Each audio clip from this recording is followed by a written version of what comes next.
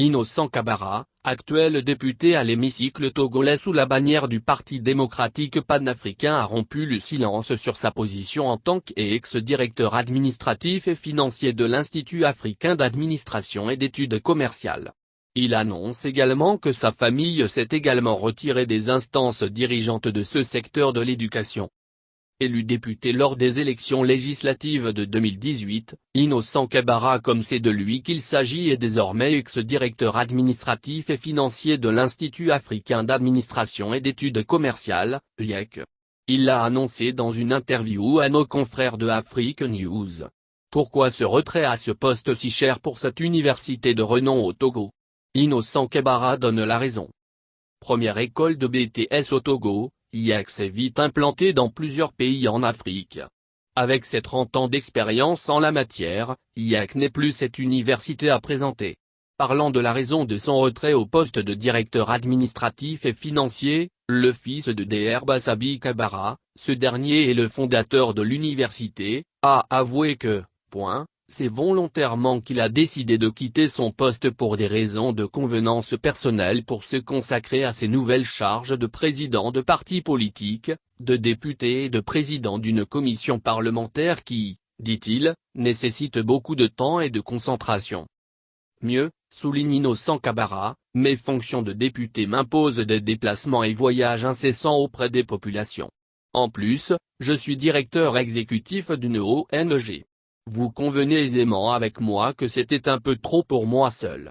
Je risque de pousser trop tôt des cheveux blancs. Sourire. Et de préciser, j'ai donc raisonnablement pris la décision de quitter mes fonctions à l'IAC, et ce depuis 2019. Au sujet du retrait de sa famille de l'administration directe de cet institut qui fait la fierté des apprenants, Innocent Kabara renseigne que, l'information est vérifiée. Oui, je confirme.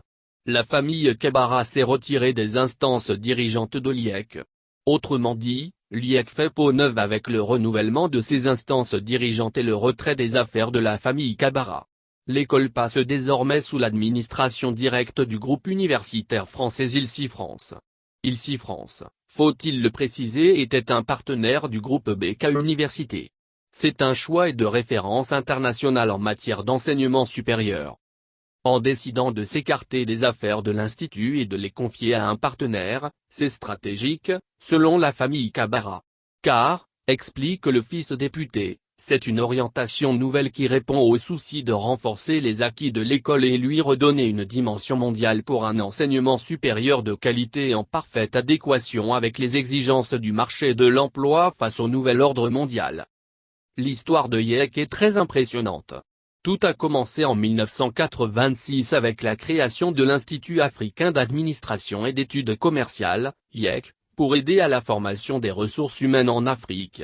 Parti du Togo, le succès de ce projet de formation ne s'est pas fait attendre. De Lomé, l'institution s'est vite implantée en Afrique de l'Ouest et centrale. Aidée en cela par l'engouement des Africains pour les enseignements de type européen et nord-américain. Le groupe a rapidement tissé son maillage en Afrique francophone avec une vingtaine de nationalités, un maillage consolidé par le partenariat qui lie l'institution à ses différents partenaires. Ceci traduit le souci des promoteurs de rendre accessible aux pays du Sud, l'enseignement de qualité de type européen et nord-américain tout en l'adaptant au contexte africain.